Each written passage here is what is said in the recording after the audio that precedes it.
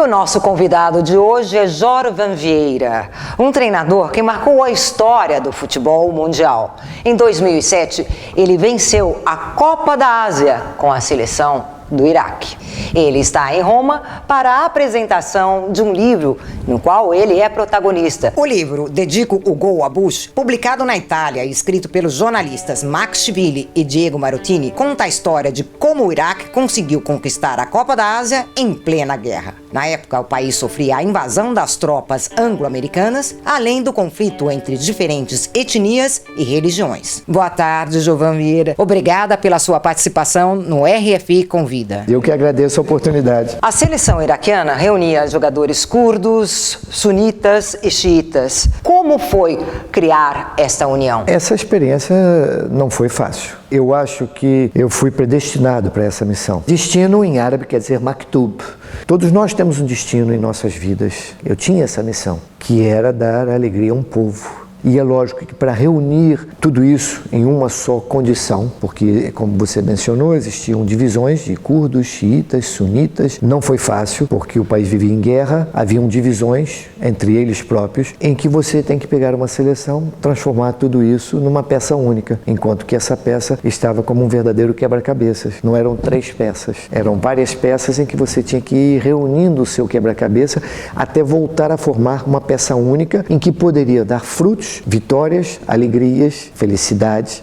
E não foi muito fácil, porque os jogadores em si, todos tinham aquela dor interior de uma guerra, de entes queridos, pessoas próximas, amigos, que estavam a morrer no Iraque sem saber por quê, por que motivo. Alguns que aderiam ao conflito, outros que não aderiam ao conflito, que estavam a morrer também. E eu tive 90% do meu grupo de trabalho, entre os jogadores e staff, que já tinham perdido entes queridos nesse conflito. Eram pessoas que tinham cicatrizes muito profundas. Qualquer que fosse a cirurgia plástica nunca tiraria essas cicatrizes das pessoas. Então foi muito difícil convencê-los de que estávamos ali para jogar futebol. Como eu disse no começo da entrevista, eu acho que eu estava destinado. O meu maktub era para isto. Tanto que eu fiz a opção de não pegar o clube na Arábia Saudita, e quando assinei o contrato eu disse ao presidente, não tem prêmios para as vitórias? E ele sorriu. Mr. Vieira, nós nunca passamos de quartos de final. Eu falei, não, bote aí porque nós vamos ser campeões. E eu, no meu primeiro speech com os meus jogadores, eu falei, olha,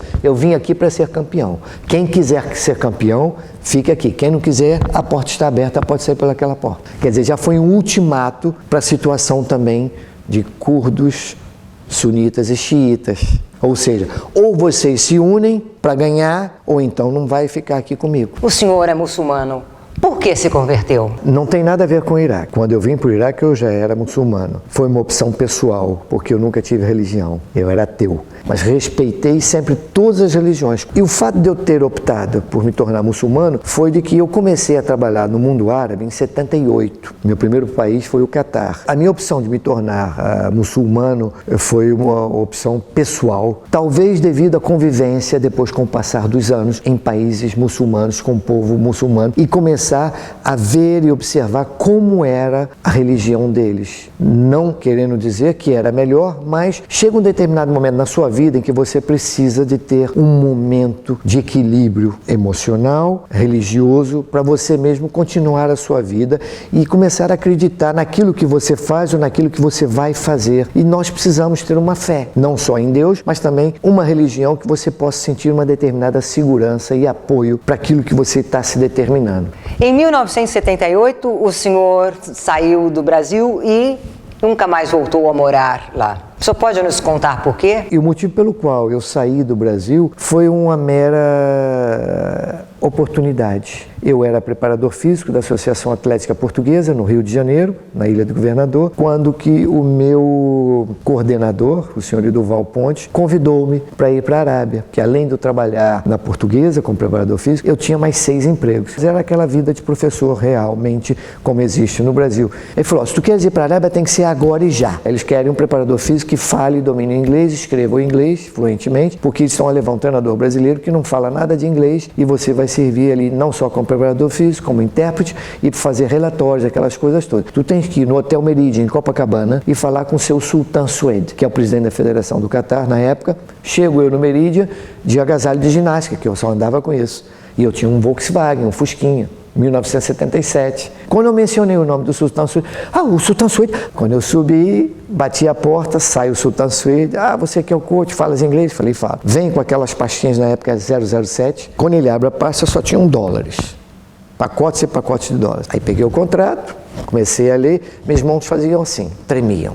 Porque eu comecei a ver os números. Eu assinei, aí falou, você tem uma semana para ir embora. Os pacotes de dólar ele me deu na hora, tá? A oferta foi para o Catar. E nisso a minha vida mudou completamente e desde essa época, 78, nunca mais eu voltei ao Brasil para sequer viver. Eu tive até proposta para trabalhar em clubes no Brasil recentemente. Eu até cheguei a falar, eu vou. Mas acabou não vingando. Mas eu não sei se eu me adaptaria mais lá. A gente não pode nunca dizer dessa água não beberei. O prefácio do seu livro foi escrito por Zico. Como é que é a amizade de vocês? Foi um privilégio muito grande ter a honra de ter o prefácio escrito pelo Zico. Não só por ser amigo, mas pelo grande senhor que ele representa para o futebol brasileiro e futebol mundial. Nós também fomos colegas na universidade, no Rio de Janeiro. Estudamos juntos. Eu sou também muito amigo do irmão dele, do Edu. Tivemos ali uma turma fantástica que tinha o Paulo Autuori, tinha o Cláudio Café, Luiz Carlos Prima, Jair Pereira, o Paulo Paixão, que era uma turma riquíssima em termos de valores do futebol brasileiro. Em toda a sua carreira, a vitória com o Iraque foi a mais importante.